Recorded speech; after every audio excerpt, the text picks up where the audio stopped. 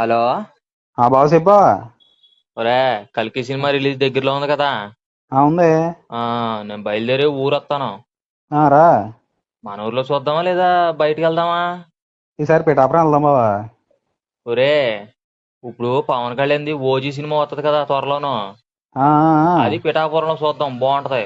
అవునవును. ఆ ఇప్పుడు ప్రభాస్ సినిమా కాబట్టి ప్రభాస్ సినిమా చూస్తే భీమవరం పద్మలయ థియేటర్లను చూడాలి.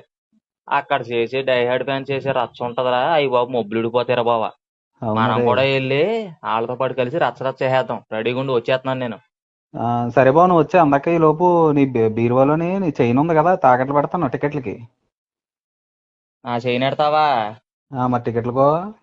మరి నీ చేయనెట్టవా? మన కట్నంలో చూసుకుందాం లేరా వెనకాల. పట్నంలో చూసుకుంటావా? అయినా నా చేయని బీరోలో ఉన్నట్టు నీకెలా తెలుసు? ఇదేట్రా, మీ ఇంటికి వెళ్ళరేకం వచ్చాను, మొత్తం బాధ్యతలన్నీ నాకు అప్పచెప్పేయాడు మాయా, మొత్తం అన్ని నా దగ్గర ఉన్నాయి. ఈ ఎవడాస్తి ఎవడ అనిపిస్తున్నాడు. ఆస్తి ఆస్తి అంటావేట్రా, నీకు ఇంకా చెప్పలేదు, డైలీ మాయా నేను పేకడ్డానికి పోతున్నాం. ఒరే, నువ్వు వచ్చేలోపు మాత్రం నీ ఆస్తి సిగరెట్ పువ్వులో ఉదేస్తాను రా. మా తాత సంపాదించిన ఆస్తి మా బాబు నీతో కలిసి కుమ్మక్కయ్యి మొత్తం నాశనం చేస్తున్నారా? మన్ను మా పోరం బాబు కూడా సరైనడు కాదులే. థు.